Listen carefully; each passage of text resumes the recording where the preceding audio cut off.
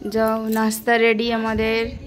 নাস্তা দিয়ে চলে গেছে, সকালের নাস্তা। নাস্তা চা আছে, নাস্তা দিয়ে চলে গেছে। এই যে নাস্তা খাবো। আজকে ওয়েদারটা খুব একটা ভালো নয়, কি হবে কি জানি। আমাদের এইবারে নসরতে না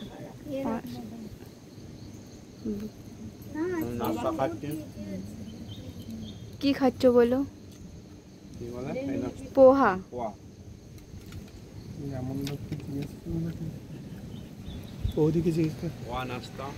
খেয়ে বলো তো কেমন টেস্টটা আছে।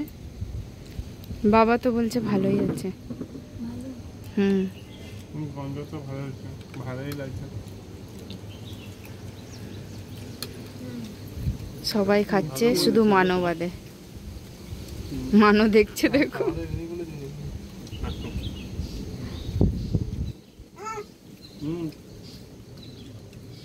পেঁয়াজটা ভালো পাকে। ও আচ্ছা।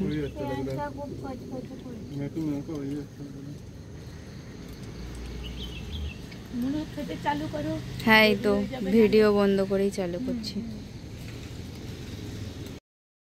আমাদের নাস্তা খাওয়া হয়ে গিয়েছে। এবার আমরা কিছু ফটোটা তুলবো আর বিচের উদ্দেশ্যে বেরিয়ে পড়বো। এই ফটোটা আমার অনেক ভালো লেগেছে, যেটা এখানে মানর পাপা মানকে কিছু খাচ্ছে আর মানো খুব মজা নিচ্ছে। মানর সাথে আমি দোলায় বসে ফটো তুললাম। আমার তো খুব ইচ্ছে ছিল যে দোলায় শুয়ে ফটো তোলার মানর সাথে, কিন্তু সেটা আর হয়ে ওঠেনি টাইমের অভাবে।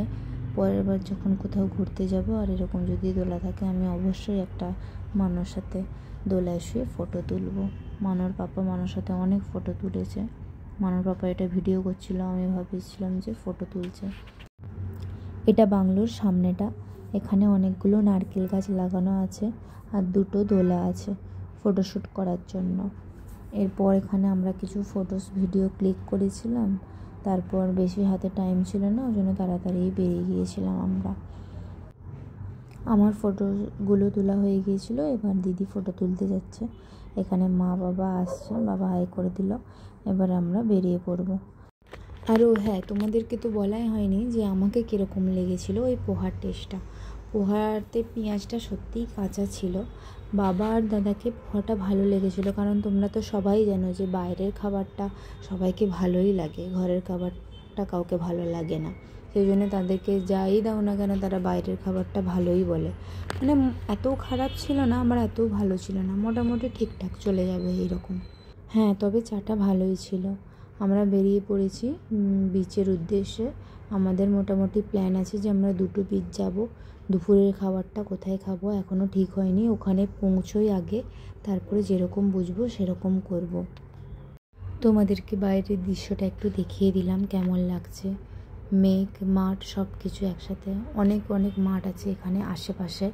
পুরো মানে দেশের মতনই লাগছিলো, যেন দেশেও কোথায় যাচ্ছি এরকমই মনে হচ্ছিল। ওখানে গিয়ে আমরা কি কি খাবো আর কি কি করব সব তোমাদের সাথে শেয়ার করব। তোমরা দেখতে থাকো আর এনজয় করো।